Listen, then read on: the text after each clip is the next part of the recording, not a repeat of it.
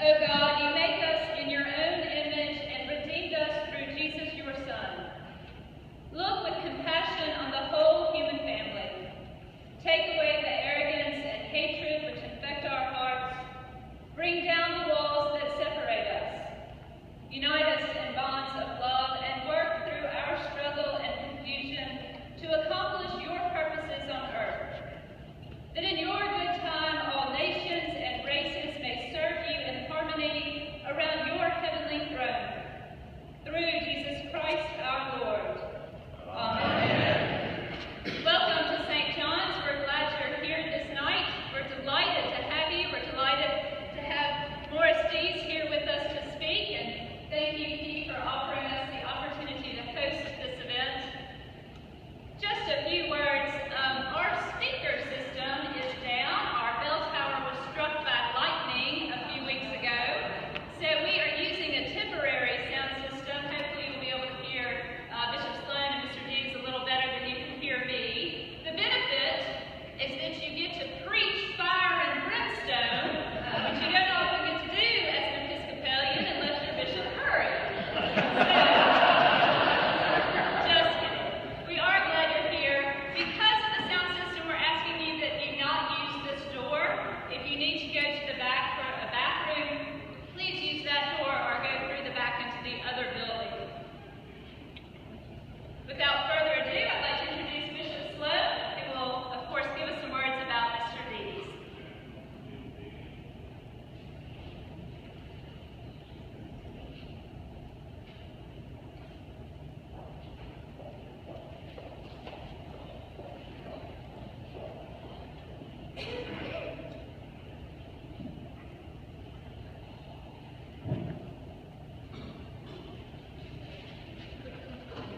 Hi, y'all. My main job here is to introduce our speaker for the evening, but before that, and while you're all still paying attention, I have a couple of announcements. We want to thank our friends at St. John's for hosting us, Candace Frazier and all the staff here and all the people. It's very nice of them to open their doors to all of us. Tomorrow morning, there will be a showing of Here Am I, Send Me, the turn of Jonathan Daniels, at the Rosa Parks Room at the Doubletree Hotel at 8:30. It lasts about an hour. It's a very well done film. If you're going to the pilgrimage tomorrow, and we hope that you will, we are expecting an extra large crowd, which is great, but parking is not plentiful. So let me suggest that sometime between now and then you arrange with people that you like to carpool, and when you get there to follow the signs and park in the areas that we've designated for people to park in. Some of us will stay after this for dinner.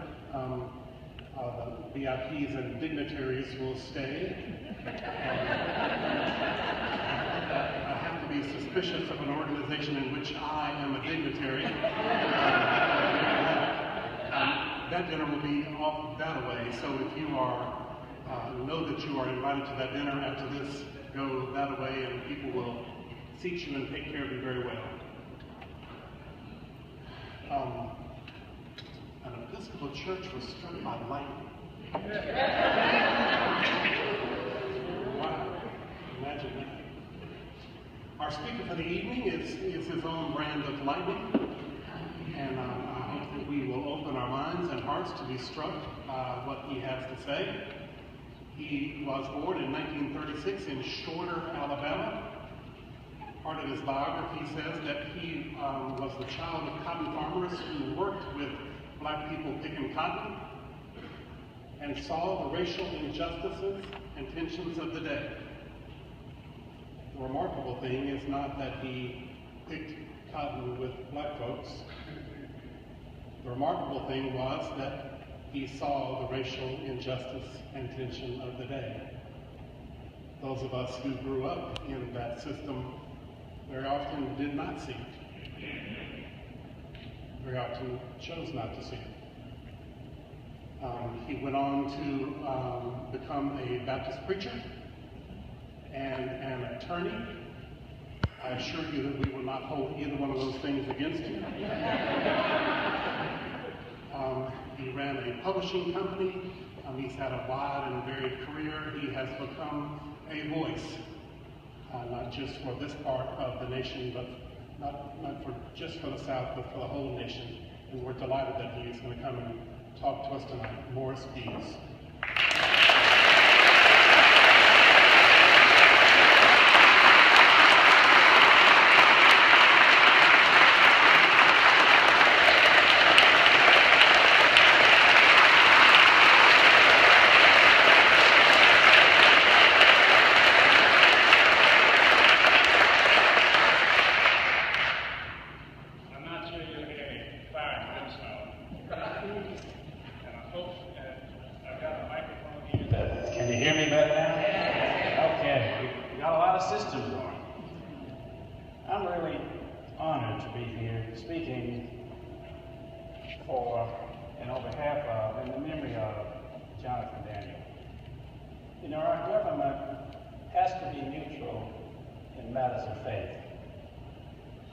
But people of faith do not have to be neutral with matters of government. And we rely on people not to be. Jonathan Daniel was not neutral when he spoke truth to power, when he sought the right to vote, and when he saved the life of a dear person by putting his body in front. You know, there are many people, men and women, during America's civil rights movement who were people of faith. We know them and we honor all of them. The Father Richard Morrison, I think he may be here tonight, he was shot at the same time Jonathan Daniel was shot. He was a Catholic. Bishop, Baptist, Reverend John Lewis was almost beaten to death twice in Selma and the bus Freedom Rides in Montgomery. Unitarian minister James Reed died at the hands of Klansmen who beat him to death on the streets of Selma in 1965. Jimmy Lee Jackson, who was a Baptist deacon, died in Marion, Alabama, and the state trooper that killed him pleaded guilty 3 years ago to murder. Rabbi Heschel walked with Dr. Martin Luther King in the line of fire. And the Baptist minister, the Reverend Dr. Martin Luther King, who had to face many of his own people, many of his city who had little vision. He had to face politicians who had little vision and little backbone. And finally, he faced a terrorist with no conscience. And you know, as I stand here in this beautiful, beautiful building, this beautiful church, I think about a person of faith in my life that made a difference.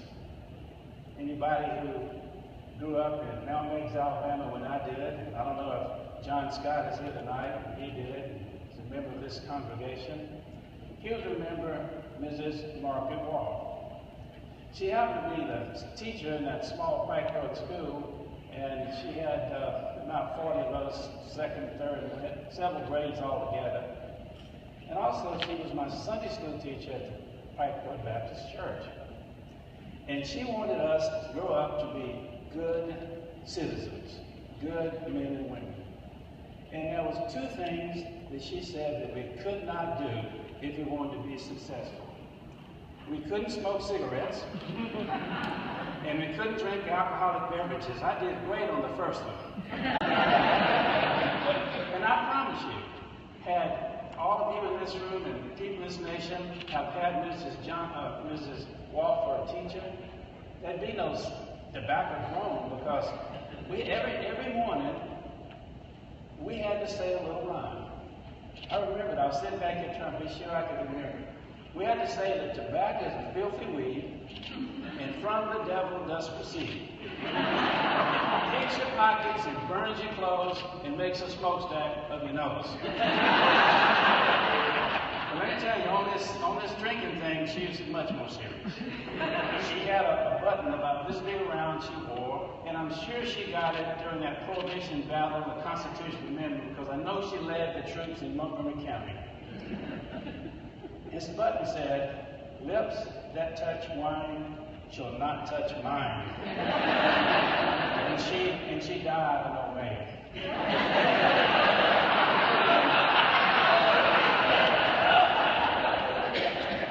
And one day I'm a lawyer to be. I'm 12 years old, 1948, and I'm in her class, and I saw some contradictions in her teachings.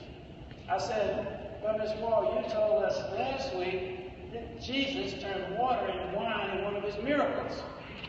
And she said, "Yes, Morris, but we'd have thought a whole lot more of Jesus if he hadn't have done that."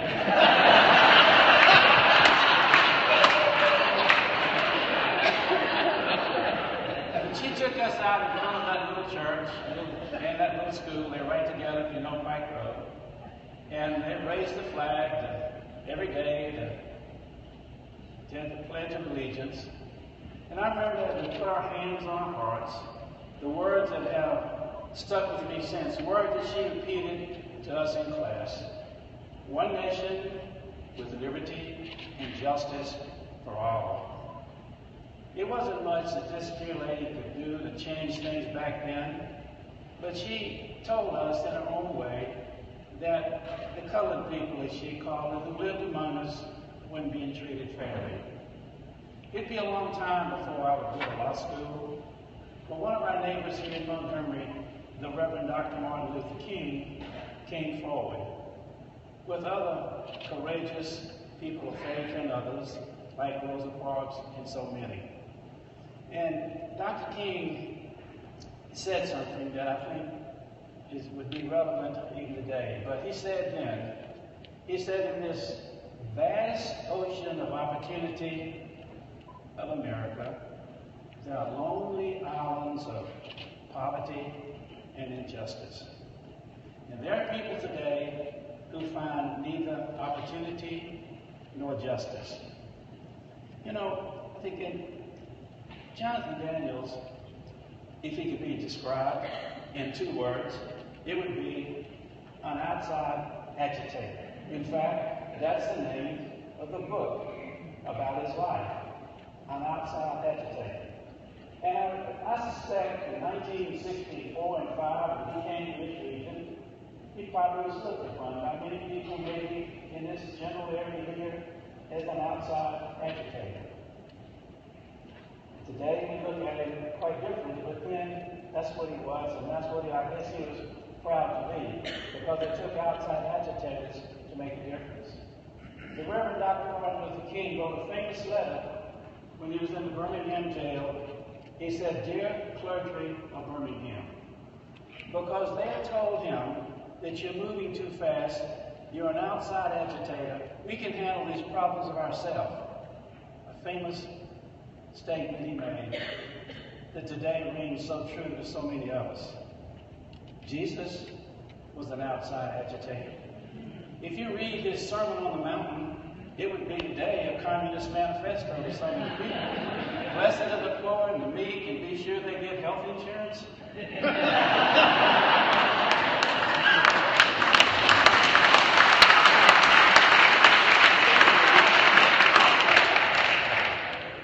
You know, I was trying to think, what is the legacy of the seminarian student, Jonathan Daniel?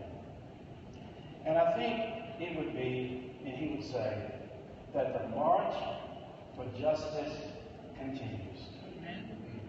And he would say to you, be an agitator. Get out of the zone of comfort. And there's so many issues that Reverend Daniels, if he would be today, had to deal with, probably here speaking tonight. And there's so many bishops of the Episcopal Church, and I'm so honored to be among you, would also agree. One of those issues is health care. And I don't have to get much outside of Alabama to let you know, and you already know, that our state refused to extend Medicaid and leaving billions of dollars on the table because they wanted nothing to do with anything that President Obama had his hands on. Even recently, they talked about cutting the Medicaid budget. That's a serious, serious issue in the march for justice. And let's talk about economic justice. Montgomery, Alabama has more title loan and auto loan places than they have fast food shops. And you can't blame the people that run those businesses because they're making 400% and 500% interest on each person that makes one of those loans. Don't blame them. Blame the Alabama legislature for passing laws that allow them to exist. And people of faith in this state, in this city, should march 10 abreast through the halls of this Capitol and say, stop this gouging of poor people.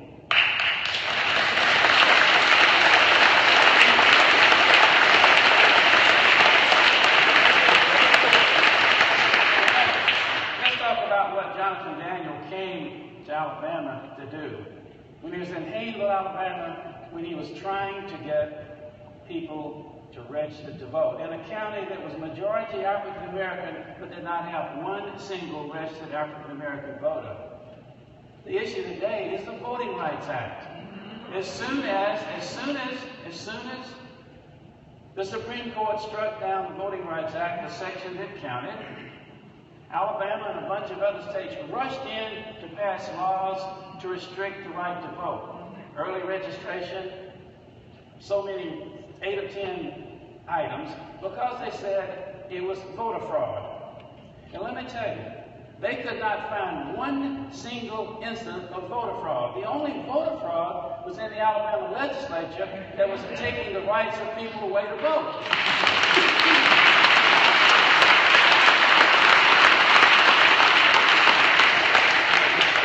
I can go on and on with the issues, the LGBT issues that we're dealing with in this state. I know this church has been very good on those issues, and I'm really, really proud of the Episcopal Church for the stand that it's taken. But not everybody agrees, and there are issues that come up daily. Another issue that I know that Jonathan Daniel and the Reverend Dr. Martin Luther King and others will be front and center on is the issue of immigration. Immigration. Alabama passed the most draconian anti-immigration law that you could imagine. Trying to run people out of this state, by the way, there's only a few legislators that did it against people with no power that didn't vote. The other legislators did not want to object to it. People that plant the pine trees, that process the poultry, that do the construction, that put roofs on houses, you know the drill. Passed a law that made it a crime for somebody to rent a house to an undocumented person. That law was struck down, thank goodness. You know, if there's an overarching issue that's affecting our country today, not just this state, it's a changing America and a fear that people have in our country because of this change.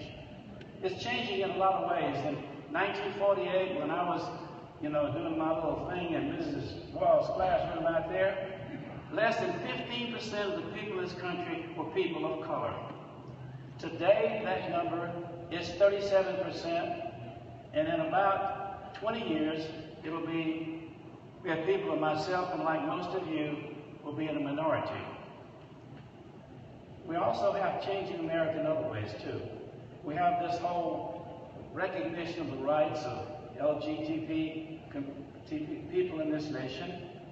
Also the rights of people who are seeking a slice of the American pie through things like health education.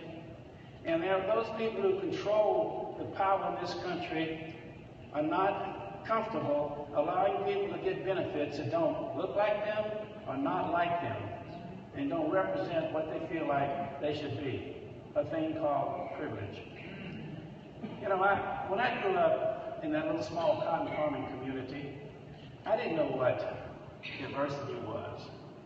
We had the black people who worked in the cotton fields and the white people that owned them. I guess I'm lucky that my parents didn't own any land until I got to be a teenager, and they got a little small piece of land out there. So we rented.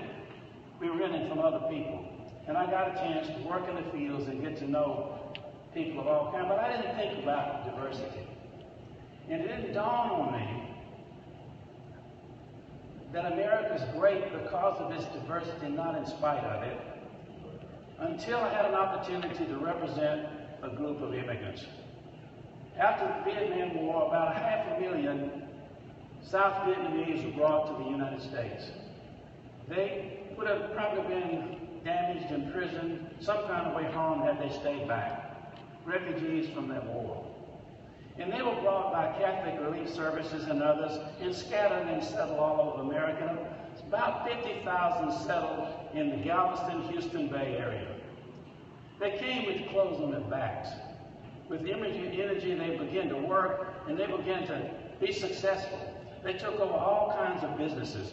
They took over flower shops, restaurants, car wash places, all kinds. And about 50, a very small group, decided that they wanted to go into the shrimping, fishing business like they'd done around the warm waters of Saigon Harbor. They didn't have the $200,000 and $300,000 to buy the expensive trawlers that the American fishermen had. There were about 200 of those trawlers working, plying the waters in that area. So they bought old, broken down boats that were many sunk up to the harbor, the side of the boats in shallow waters. They paid $5,000 and $6,000 for these old boats and raised them and put them to work and went out to fish. And it wasn't long before they were out fishing the American fishermen. And there's no other way to put it, but the American fishermen became jealous. And they went to the Texas legislature and said, pass a law that will not allow these immigrants to have fishing licenses. And the Texas legislature, in its wisdom, said, we can't do that. These are our friends. And America's a free enterprise country. Well, that didn't sit well with a small group of the American fishermen who was angry. So they turned to actually the world's oldest continuing existing terrorist group, the Ku Klux Klan. In that case, the Texas Knights of the Ku Klux Klan. And they began to figure how to terrorize these fishermen to make them not want to go out into the open waters. They burned a couple of their boats. The FBI couldn't really figure out who was doing it, but clearly they didn't believe these Vietnamese were burning their own boats. And they burned a large cross, a 50-foot cross down at Kemah, Texas, where the boats would come out through the Clear Creek Channel out into the open waters. Well, that frightened these Vietnamese. They knew about the Khmer Rouge in Cambodia and other places, and that's why they thought this is what the Klan was. So they decided they'd sell their boats and find something other to do. Well, fortunately, a lawyer representing them in real estate matters got in touch with us at the Southern Poverty Law Center, and I went down to visit to see what we might do. And I remember walking up and down the dock in Kemah, Texas with Nguyen Van Nam, the leader of the Vietnamese fishing group. And I can remember seeing those little boats. I can see them now. Little glass wheelhouses, you've seen them if you've been around the coast. And in each wheelhouse was a small sign that you'd get from a hardware store for sale. And I said, you know, man, I think we can bring a lawsuit in federal court seeking an injunction to enjoin these Klansmen and fishermen from interfering with your rights. If they interfere with your rights, we can put them in prison for criminal contempt of court. He talked to the fishermen, and they were very frightened. But they agreed, and we filed the lawsuit, and we had to do it quickly. Shrimping season opened 2 weeks away. We had enormous help from law enforcement and others, and we even had help from some American fishermen who didn't like what they had seen. They had become to know these immigrants. They had been in their homes. They knew they were hardworking people, and so they agreed to testify. One said that he was threatened by a Klan leader that would burn his dock if he let the Vietnamese park their boats there. We got ready to go to court on Monday morning, and about 2 o'clock in the afternoon on Sunday, I got a call from Nguyen Van Nam. He said, Mr. Dees, drop the lawsuit. I said, oh, Nam, no. He said, no, we got to drop the lawsuit because the other leaders of the Vietnamese businesses says let the Klan have the fishing. They're worried that they might come after their other businesses. I said, you know, Nam, it don't work that way. I said, it doesn't work that way. If you cut and run, they're gonna come after everything. Can you give me an opportunity to speak to these Vietnamese fishermen and the leaders, the Vietnam businesses in this town? Well, at 7 o'clock that evening, they quickly got together the group. A Catholic priest was there to interpret. About 150 people were sitting in this small Catholic church, and many literally dressed in the clothes they came to this country in. I said, you know, folks, America is a nation of laws. Laws that are designed to protect the minority from the majority if the majority is breaking the law. Don't drop this lawsuit. I said, you know, there's a man I don't know if you've heard of. His name was the Reverend Dr. Martin Luther King, an African-American man. His people had their rights violated. They had their churches bombed and shot at. But they kept faith in the American justice system. And had they not, they wouldn't have gotten their rights as soon as they did. I left, and I could see fear in their faces. But I got a call around midnight. So Mr. Dees continued the case. We got 1 week of trial and great testimony. The federal judge issued a strong injunction naming like 30 people and joining them from interfering with these fishermen. And I got an opportunity to come to the blessing of the fleet on Monday morning. I went down at the dock at Kemah, Texas, where Clear Creek Channel comes out. There were probably 75 or 100 family members there. It was 5 in the morning. The sun had not come up. Fog was hanging heavy over the bay. And there was a Catholic priest there to bless the boats. Didn't hear anything until about maybe 30 minutes. I heard a diesel engine, and a boat popped out through the fog at the mouth of the channel and came by the reviewing stand and the dock, so to speak, and the priest blessed that boat and another until about 15 boats had gone out into the open waters. The sun began to burn through the fog, and as I looked around, I could see the sun glistening off the badges of the United States Marshals that had been sent there, the police force of the courts, to ensure its court order was followed. And as I looked around me, I could see the faces of these families. I could see the pride in their faces as they found a place at America's table. Not just finding a place at America's table, but helping build that table, so to speak, for the greatness of this nation. And I'll tell you, I not only felt proud to be their attorney that morning, I felt proud to be an American. And I think about the fear that we have this day about changing America. It doesn't bother me because I learned from that experience that our nation is great because of our diversity. And I think about the immigrants that came before us. When my people came from Scotland and Ireland, particularly from Ireland, and they said we didn't speak English, and they had signs that said "Don't hire us," and they lynched them and killed them in Boston and Philadelphia, New York, for taking American jobs. Now think about the Jews that came to this country in the early 1900s and were so successful from Eastern Europe. And finally they mounted to 15 and 20% of the elite schools, and they said, wait a minute, we got a problem here, we got to have a Jewish quota. But that all went away, and these people have been enormously successful. The Chinese who cut the railroads going west through the Granite Sierra Nevadas and lost thousands of lives, and yet when they finished, they nailed the last spike in. They said a Chinese person could not be an American citizen.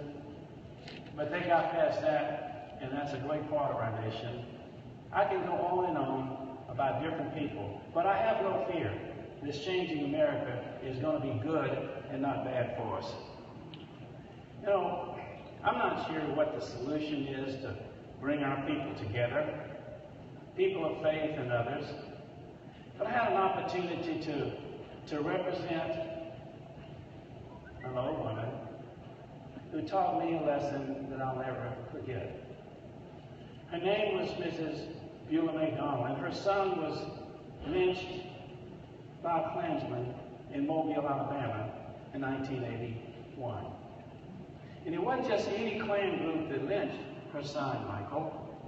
It was the United Klans of America, headquartered in Tuscaloosa, had begun to revive itself, had chapters in 30 states, had money, had a new 10,000 square foot building.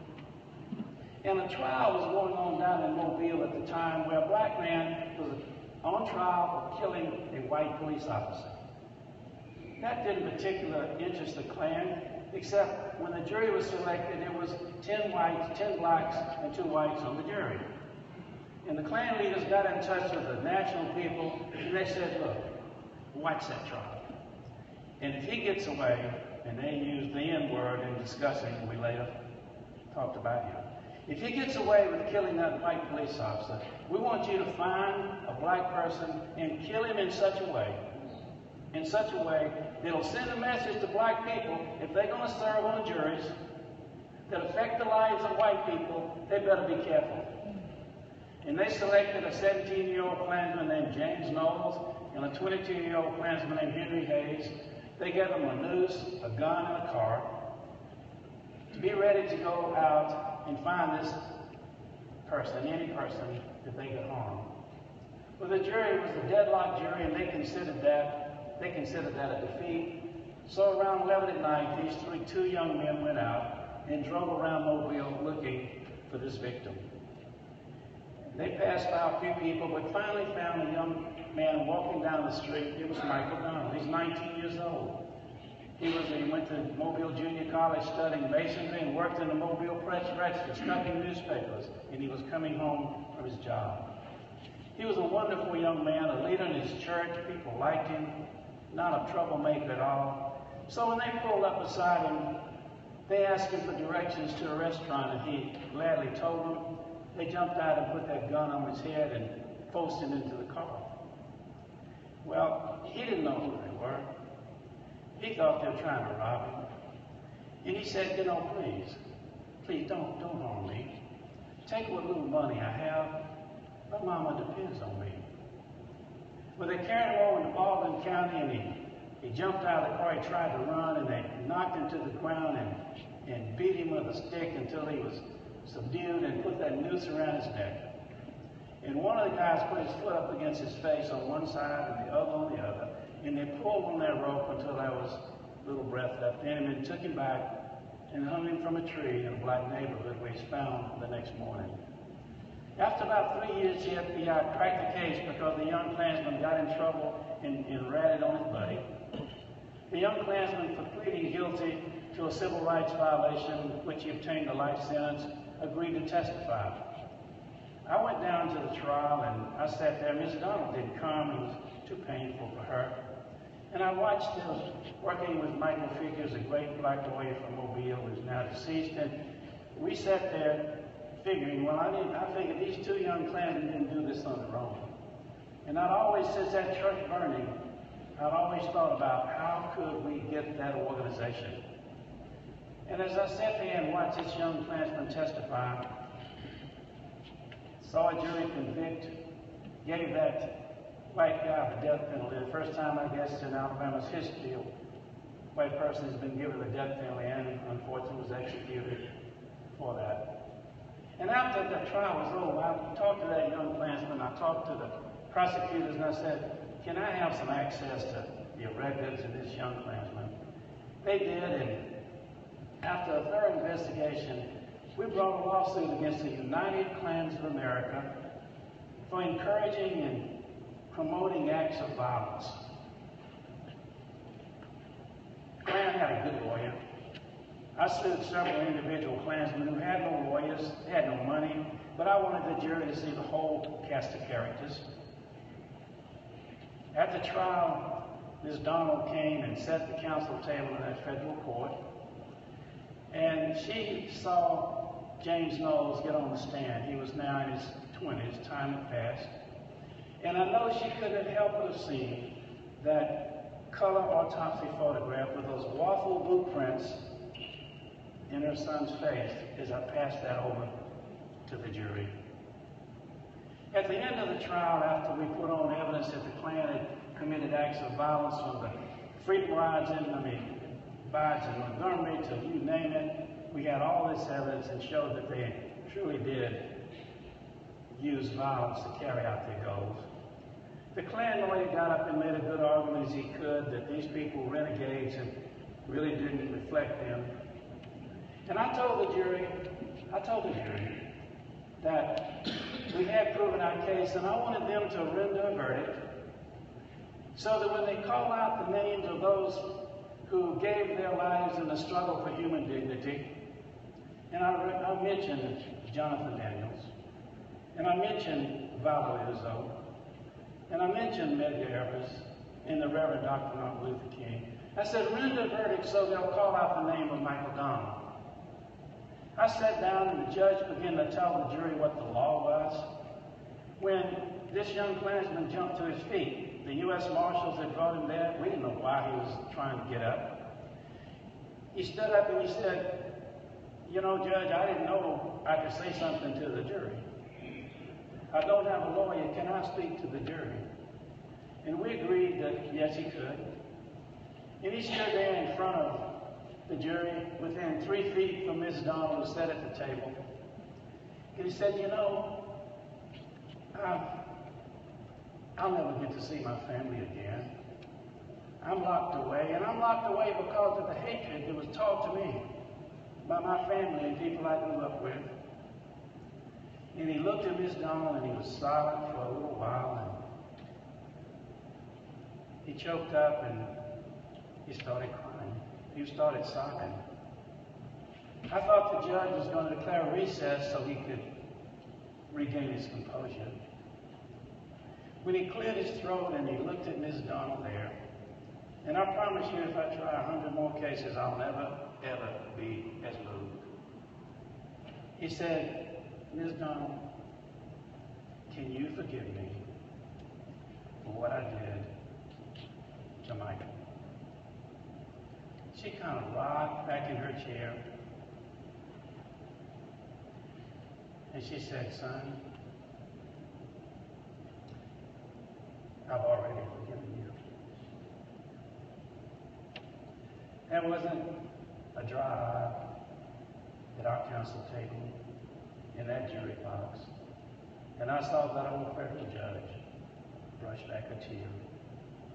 This dear woman who had lost one of the most precious things in her life, her only son, had the love and the mercy and the understanding to see him as a victim and to forgive him.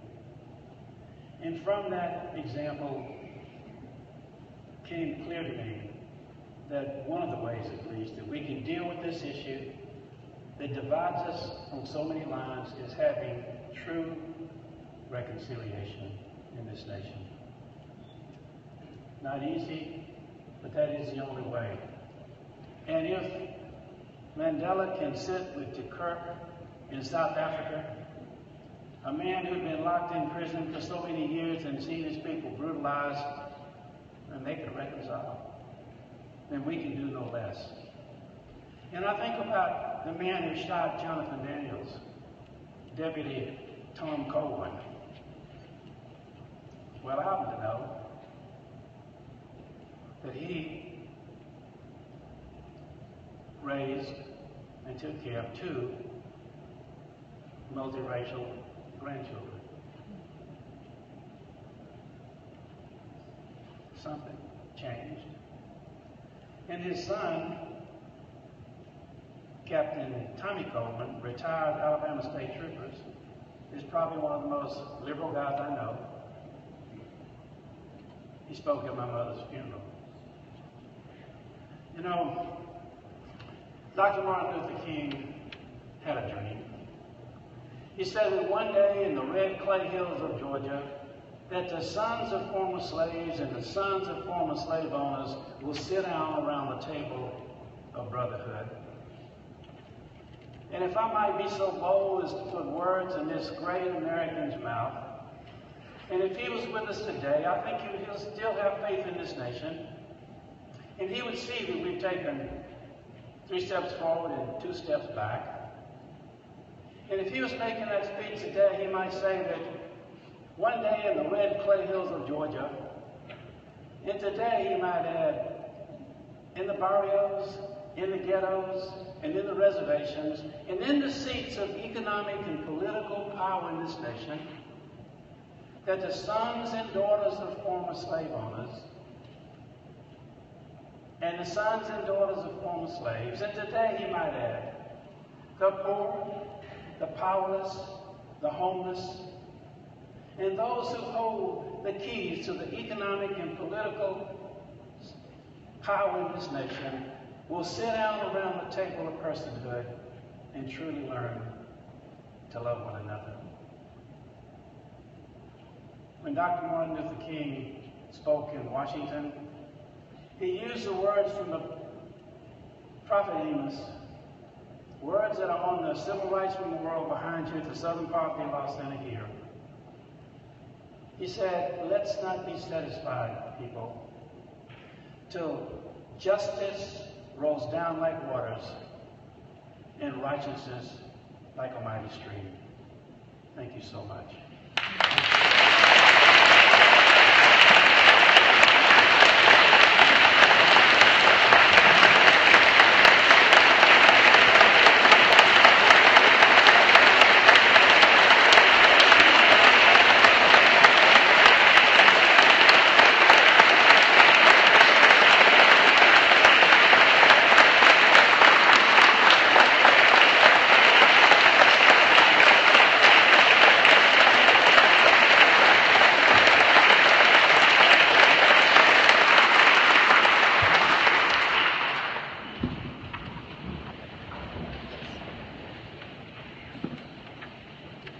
And lightning struck in Alabama Episcopal Church. Thank you very much. Well done. Our Assistant Bishop Santosh Moray, would you come up and give us a blessing, sir? I hope you all have a very good evening, and I will see you in Hayneville tomorrow for the Jonathan Daniels and the Martyrs of Alabama pilgrimage.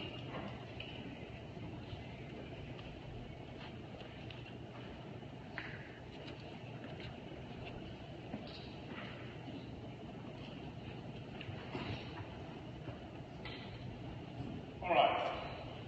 Episcopalian pray from the prayer.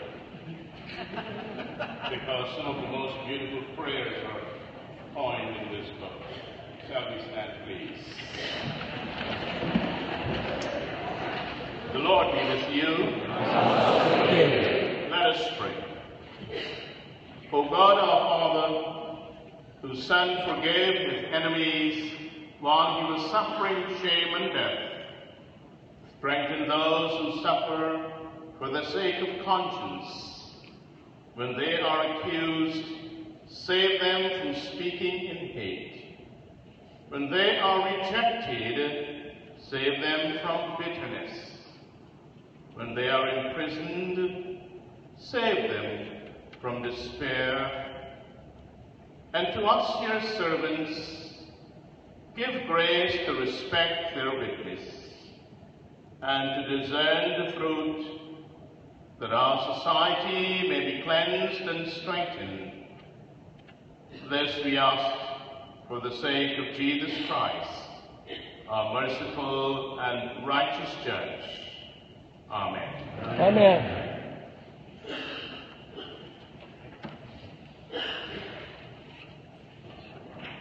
Go in peace to love and serve the Lord. Thanks be to God.